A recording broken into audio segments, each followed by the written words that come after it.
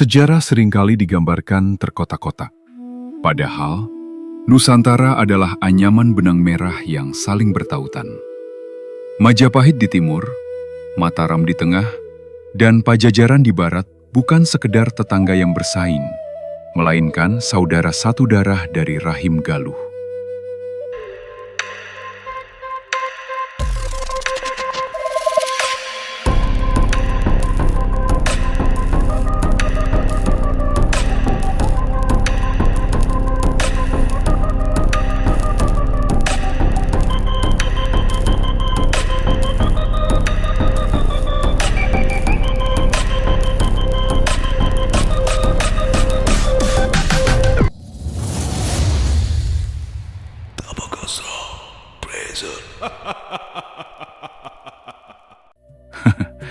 Tanpa restu moral dari Galunggung dan ketegasan politik dari Galuh, peta sejarah kita tidak akan pernah sama. Inilah hidden truth tentang betapa eratnya ikatan kita sebagai satu bangsa. Di abad ke-11, Tatar Sunda tidak hanya dikendalikan oleh kekuatan pedang. Di pedalaman pegunungan, berdiri sebuah otoritas suci yang tak tersentuh. Kabuyutan Galunggung. Berdasarkan prasasti Geger Hanjuang, 1033 Masehi, Batari Hyang Janapati menetapkan wilayah ini sebagai pusat karesian. Galunggung bukanlah pusat pemerintahan, melainkan dapur spiritual. Disinilah para resi merumuskan amanat Galunggung, sebuah konstitusi moral yang menyatakan bahwa siapapun yang menguasai hulu, yaitu nilai dan kesucian, maka ia akan menguasai hilir, yaitu pemerintahan dan kekuasaan. Melalui prasasti Geger Hanjuang, 1033 Masehi, seorang tokoh spiritual besar bernama Batari Hyang Janapati memancangkan tonggak awal. Galunggung ditetapkan bukan sebagai metropolis politik yang bising, melainkan sebagai kabuyutan agung, sebuah laboratorium kesadaran, tempat hukum alam dan etika kepemimpinan dirumuskan. Dalam naskah kuno Amanat Galunggung, mereka meninggalkan doktrin pertahanan yang tak lekang oleh waktu. Hananguni Hanamangke, Tan Hananguni Tan Hanamangke. Artinya, ada masa lalu, maka ada masa kini. Tanpa masa lalu, takkan ada masa kini. Mengapa Galunggung begitu dihormati? Karena mereka menguasai hulu. Dalam kosmologi Sunda kuno, stabilitas sebuah bangsa dijaga oleh dua tiang utama yang kini kita kenal sebagai Tasikmalaya dan Ciamis. Di mana Tasikmalaya sebagai pusat karesian, yaitu tempat para resi dan intelektual suci bermukim. Mereka adalah kompas peradaban. Di sini, nilai-nilai spiritual dijaga agar tidak terkontaminasi oleh syahwat kekuasaan. Dan Ciamis sebagai pusat karamaan, tempat para rama atau pelindung rakyat menjaga jangkar tradisi. Di sini, nilai-nilai dari para resi dipraktikkan dalam wujud kemakmuran sosial dan kearifan lokal. Jadi, jika Anda ingin menguasai hilir, yaitu pemerintahan atau politik, Anda harus tunduk pada hulu, yaitu sumber nilai.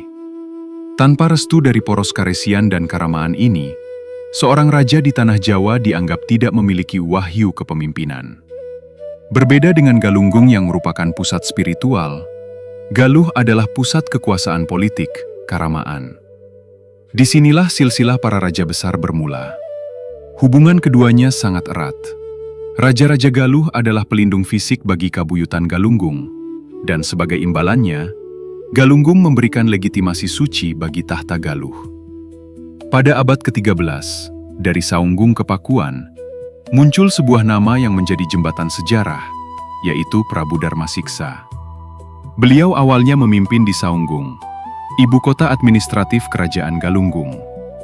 Darmasiksa adalah sosok yang memformalkan ajaran leluhurnya menjadi konstitusi moral. Beliau adalah penguasa Galuh yang sangat taat pada ajaran Galunggung. Darmasiksa memiliki putra mahkota bernama Rakean Jayadharma. Ketika Darmasiksa pindah ke Pakuan untuk memimpin kerajaan Sunda yang lebih besar, beliau tidak membawa pasukan untuk menaklukkan, melainkan membawa chip ideologi Galunggung. Inilah yang kemudian diwariskan turun-temurun hingga sampai pada cucu buyutnya yang paling ikonik, yaitu Prabu Jayadewata Pamanah Rasa.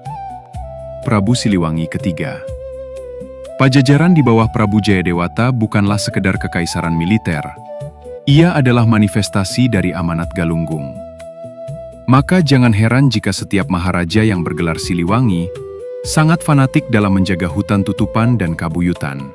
Karena bagi beliau, merusak alam dan nilai adalah bentuk pengkhianatan terhadap hulu.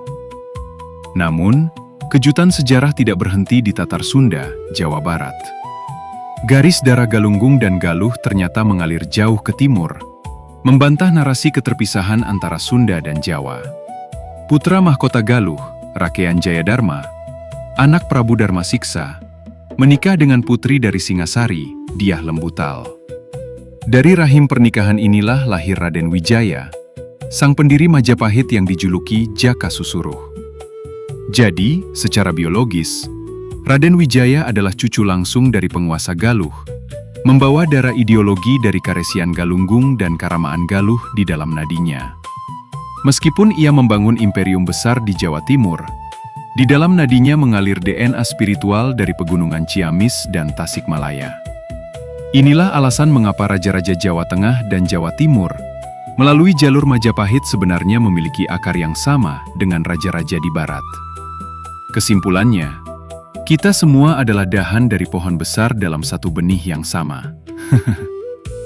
Untuk kalian yang open-minded, dukung konten ini dengan like dan bagikan kepada mereka yang tentunya bukan yang rigid thinking. Selamat menembus batas logika.